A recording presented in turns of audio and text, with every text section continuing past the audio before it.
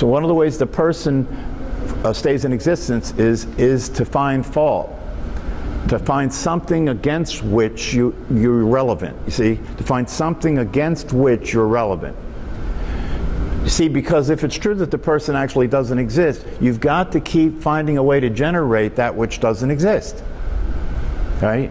So one of the ways that this teacher talked about the technique, because one of the things that I've talked about here is it's important to continue to develop your ability to see things, to see the truth of things, right? It's important to continue to develop your ability to see the truth of the fact that the problem is the mistaken identification with something that doesn't exist that you consider yourself to be.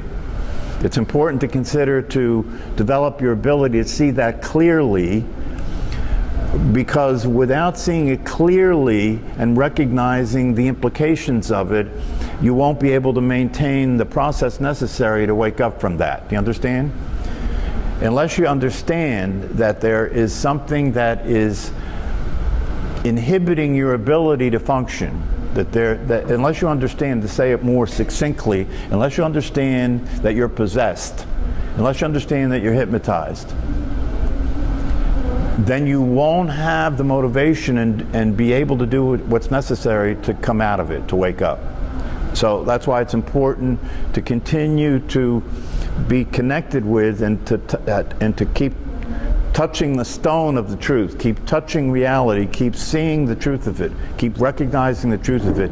And the reason you have to keep recognizing the truth of it is because every time you get caught up in the traffic of life, right, you'll fall back out of that, right, and you won't be aware of that truth, and you'll be functioning as a person again, and it'll become very insidious, because when you're functioning as a person again, the person will be interested in this, right? The person will find this interesting and fascinating, but the interest that it has in this is really a cover. It's really a way of protecting itself from losing its existence, right? Better that I should be interested in this than discover the one who's interested in this doesn't exist at all, right?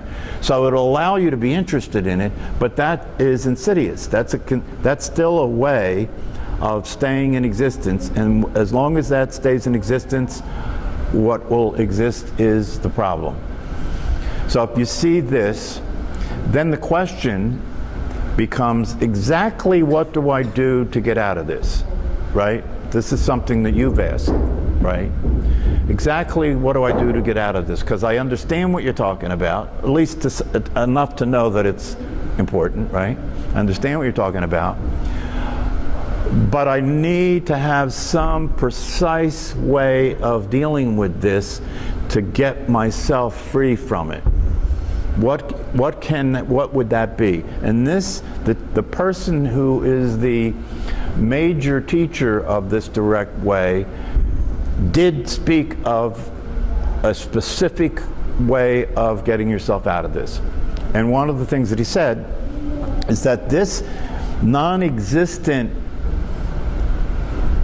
person that you are mistakenly considering yourself to be can't maintain its existence without being related to something. This is an important thing to understand.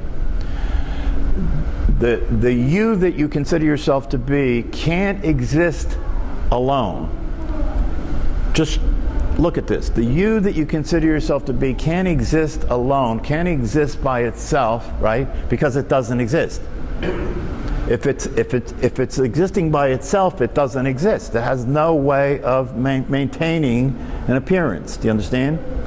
So the way it exists is it exists by being related to something.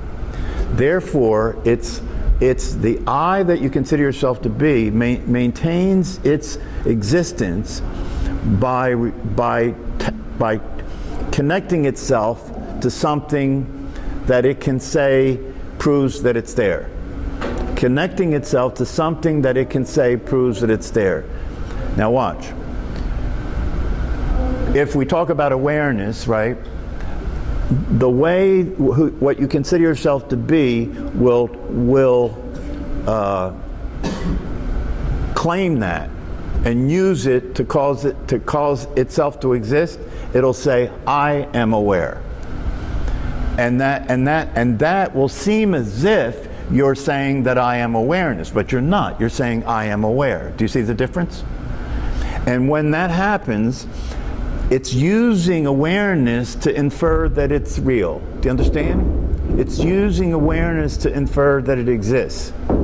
I think. It's using thought to infer that it exists. I feel. It's using emotions to infer that it exists, right? My body. It's using the body to infer its existence. There's a body there. See, if you look at this is very important. If you look at this, you can see how the trick is getting played on you. The body's there, but the my that says it's my body, where is that? You see? If you look, you can see it's not there. This is the magic trick. You know, I have talked in the past about, it's interesting if you look at these people that do the illusions, right? There's something that they're doing that is very much like the way the you that doesn't exist maintains itself. It's the same phenomena, right? If you see some of these illusionists that do these tricks, right?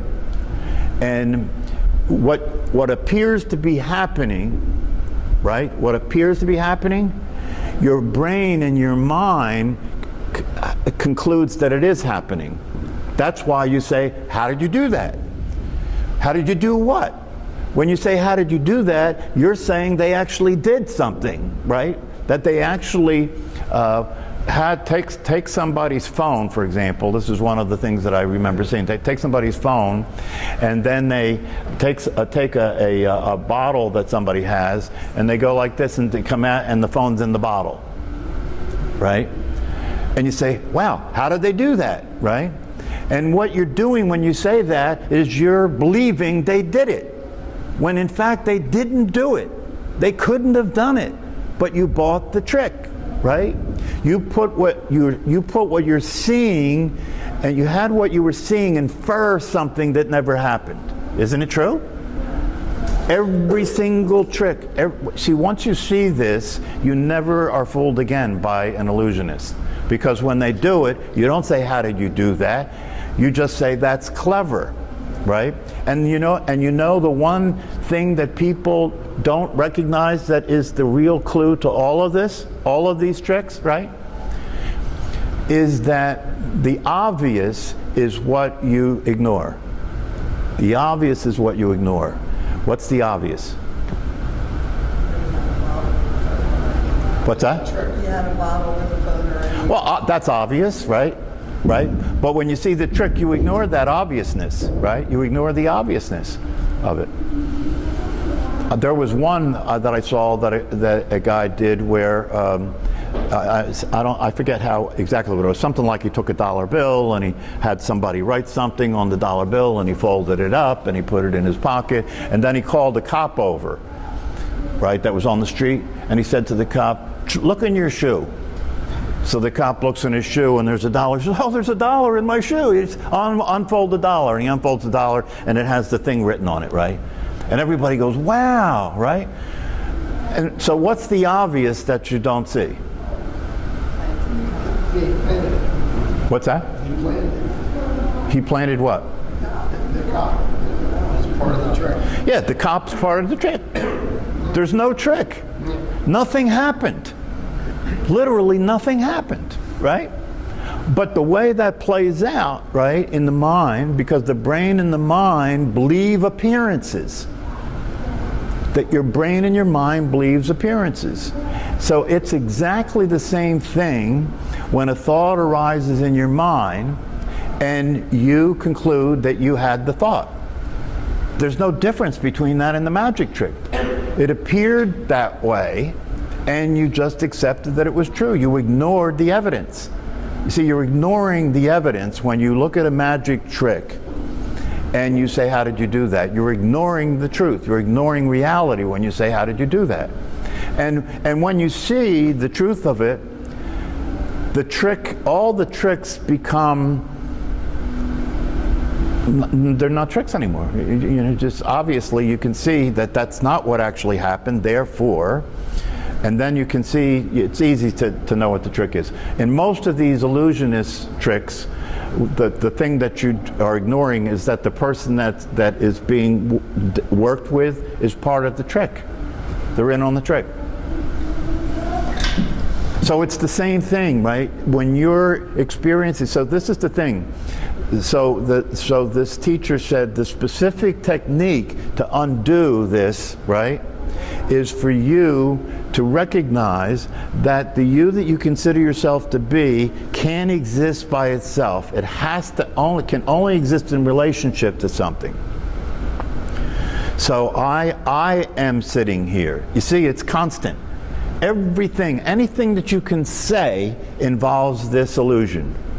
I think, I feel, I sit, I move, I have a history, I have a future, I have a family, my car, my house. You see, everything that you see, everything that you say will be claimed automatically by this non-existent entity. And that's where it gets its reality. That's what allows it to exist, by its relationship to everything. And so the teacher, what he said, that this practice that he called self-inquiry, right, means that you begin to pay attention to the relationship that this thing is using to cause itself to exist. You begin to pay attention to that, and you begin to ask the question, who's thinking? See, and then you're kind of pulling back the curtain, right? Who's thinking? And what you do is you deprive this non-existent entity of its relationship to everything. And as you're depriving it of its relationship to everything, right, it starts to dissipate, it starts to go back into nothing. Because it can only maintain its existence by you continuing to think it into existence. Right? And the way you think it into existence is a thought occurs and you say, I thought the thought. That's why one of the things I said to this client that I met with Saturday that, blew his mind, because all I did was I walked him through the simple process of recognizing that he's not thinking the thoughts. And you've heard me talk about that, and you know that if you actually look at that, you can't argue that it's any other way. And yet that's something that almost everybody is ignoring all the time. Was that easier because he was in crisis? Yeah, of course. Of course. Yeah. But you see, and that's why I have said here, create a crisis. Create a crisis, because you'll go back to sleep. You'll go back. That's why anybody who understands the way things really are knows that you should be very grateful for the things that are upsetting you. You should be very grateful for the difficulties that arise in your life, because without that, you just sleep through the whole thing. Right? There's a saying in the Bible that when people read this and they don't understand it, it's very confusing. But in the King James Version of the Bible, which I read because that's the version that has the most clear, direct reflection of what Jesus actually said. Right? It's actually in red in the book. Right? And he said, I haven't come here, I'm paraphrasing, but he said, I haven't come here to bring you peace and love and happiness. I've come here to turn father against son, sister against brother. I've come here to create conflict. So you look at that and say, why would Jesus say something like that, right? But what he's trying to get across there that almost nobody will get is, without that, how would you realize the truth? How would you realize who you are without these conflicts, without these problems? You just sleep through the whole thing, right?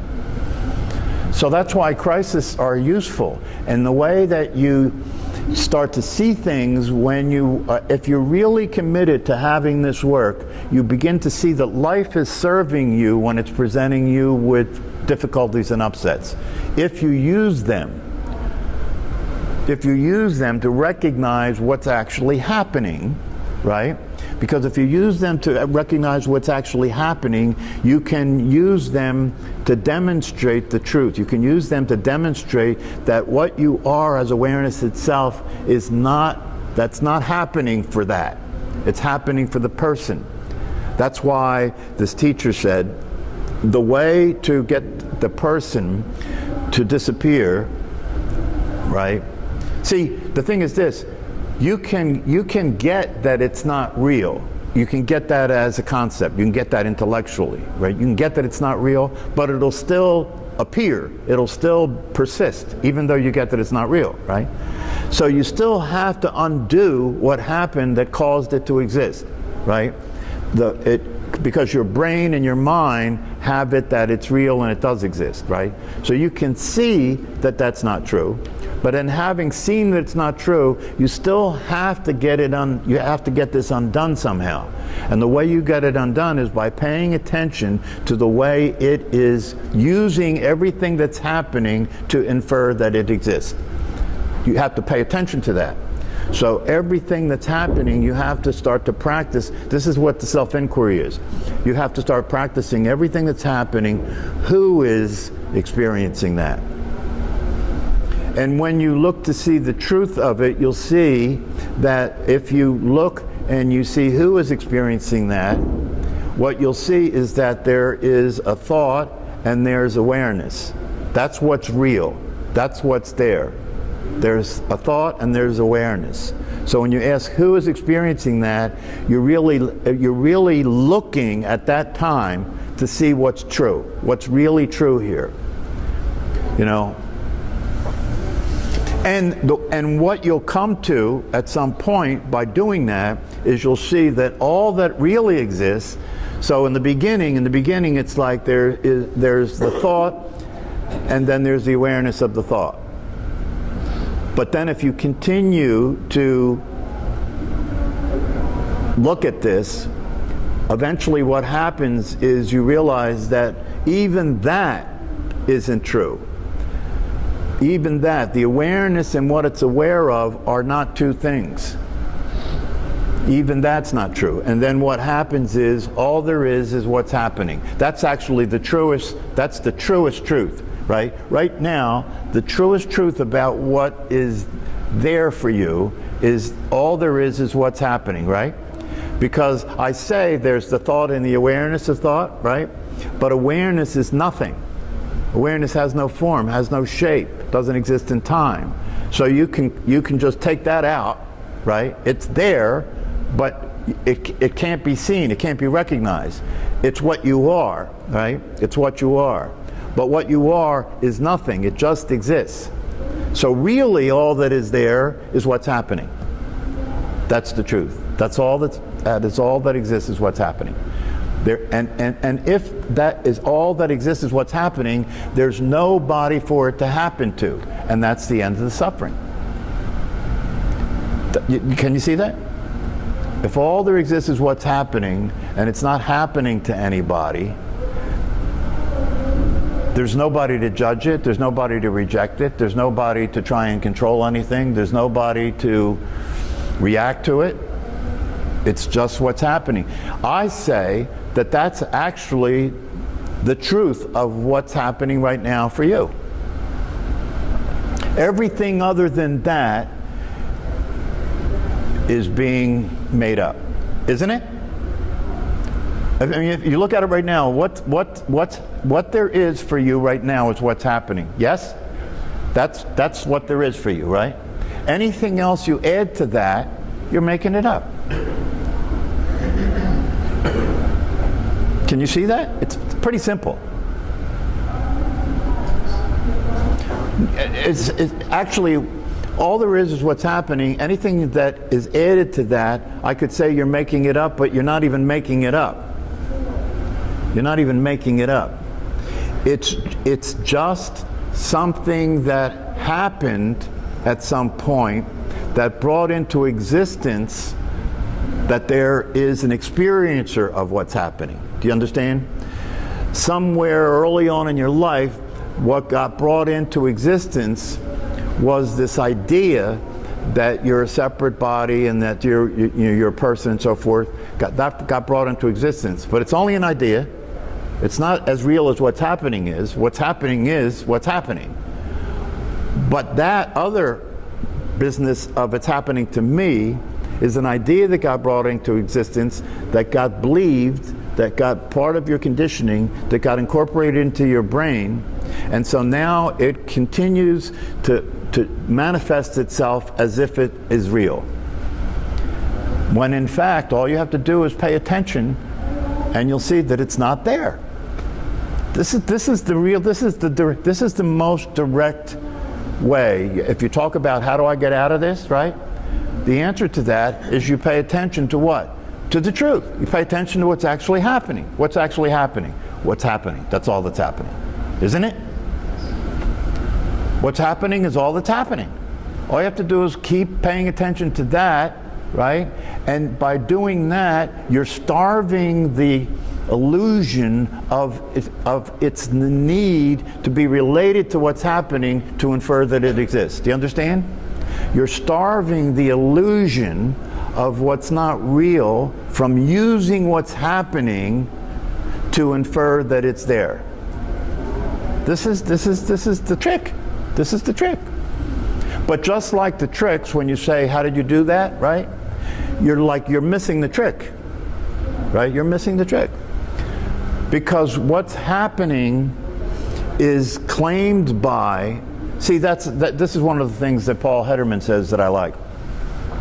In these conversations, if I talk to you about this, right, my words come across to you, right, and the entity that isn't real that you consider yourself to be is like a catcher's mitt, and the words are coming and it catches the words and said, oh, I heard that.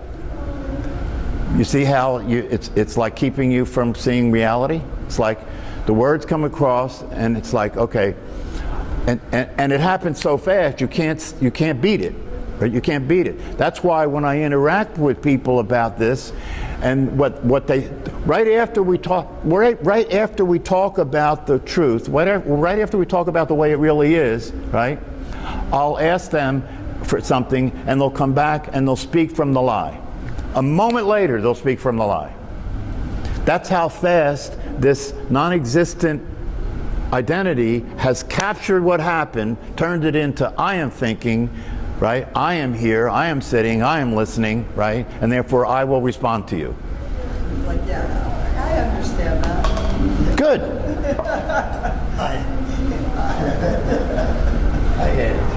But you see, the thing is this.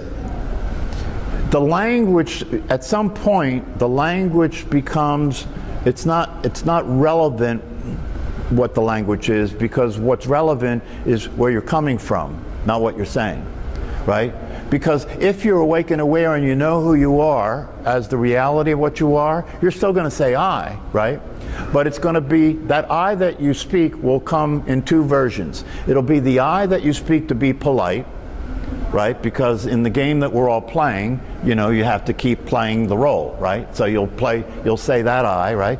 Or in company of people who are awake, when you say I, you mean the self. And you're speaking from the self, so they know you mean the self. So it's not the word itself, it's the source. It's where you're coming from when you say the word I. So you could say, I understand, right? I don't know whether you mean I understand like the awareness that I am sees this, or you're saying that the who I think I am claimed that, and now that's knowledge. You see how it's, you have to see the difference yourself, right? And you have to be able to, as you're going through your life, you have to be able to notice the difference between the two.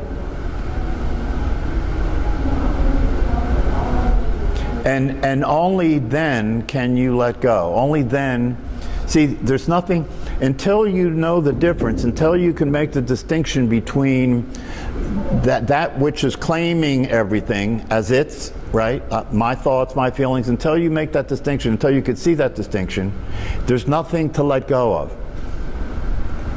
There's nothing to let go of. When you see that distinction, you can let that go and let the presence, right? Let the awareness be there and be what you are. And when you let the awareness be there and be what you are, then you can begin to discover that its intelligence, its wisdom, and its ability to interact with life is beyond far superior to any way that you could be. What were you going to say? Well, that's where the transition from I am aware to awareness is, I think, a big stumbling block, because you can sit there, like we talked about before, Muji, the second and third bird example. Like I can be aware that these thoughts are coming and that this physical body is doing that. But the difference between myself, the person being aware and going to the awareness that's a big step. Who says? The I that's getting in the way. That's right. The I, the physical I. Right. So what the teachers say when you're in that process is stop believing your thoughts, because your thoughts are going to be thoughts that, when you say that's a big step, right? There is no step. There is no step. So now you created a big step. Now you get to deal with a big step. It's like when people say, oh, this is so difficult. It's not difficult. There's no difficulty involved. It's something that is already true and already happening. There's actually nothing you can do to stop it. So when you see that, it's like all you have to do. See, one of the ways that you can really decipher this whole thing is when you recognize, when you're having a thought like that, to look and see whose thought is that. That's self-inquiry. Who says so? Whose thought is that? And if you see that thought is the thought of the entity that you consider yourself to be, what's seeing that is who you are. Has to be. Has to be. So that's self-inquiry. The problem with it is that in order to practice it, two things have to be present. You have to be clear about what's at stake, right? Because what it's going to take to practice it is not going to happen unless you understand what's at stake. This author that I mentioned, that's a scholar about this particular teacher, after he kind of understood the teaching, he went to this ashram, and he sat in the room where this teacher used to sit and teach all day long for months and months and months, from sunrise to sunset, practicing this method of self-inquiry. What would make somebody do something like that? Do you understand? What would make somebody go into the Himalayas and go into a cave and live for 10 years? What would make somebody do something like that? A friend of mine's a Zen priest, right? He just came back from a 3-year retreat that he went to this monastery in Upper New York State. Sold his truck, ended his business, ended all his relationships, and went and lived in this monastery with these Zen monks for 3 years. What would make somebody do something like that? See, and what I'm saying is it's not necessary to do any of those things, right? But it is necessary to understand the importance of what this is that has somebody do something like that. But you don't have to do that. All you have to do is understand the importance of it. And if you understand the importance of it, then you will stay tuned in to what's going on as you go through your life. And by doing that, you will eventually start to have more space. People here have reported that, right? That you report that you're calmer, that you feel like you have more space in your life. Things aren't so heavy. Things aren't so serious as they used to be, right? So that means that's evidence that the you that you consider yourself to be and the life that you was living is starting to break up. That's what's happening. It's starting to break up, starting to loosen up, right? But then the thing is, if that's happening, what you want to do is you want to stay with that. You want to continue to do that to get completely free. It's possible to get completely free. That's the possibility, to get completely free. And I personally believe that the only reason that's only happened to very, very, very, very, very few people, right, is because up until now, there hasn't been enough specific ways of sharing with people how you get yourself out of this, right? So that people were doing a lot of things that really didn't work. For example, meditation. You know, there are a lot of teachings and practices that teach that if you just meditate long enough, consistently enough, and master meditation, that will get you out of this, and that's just not true.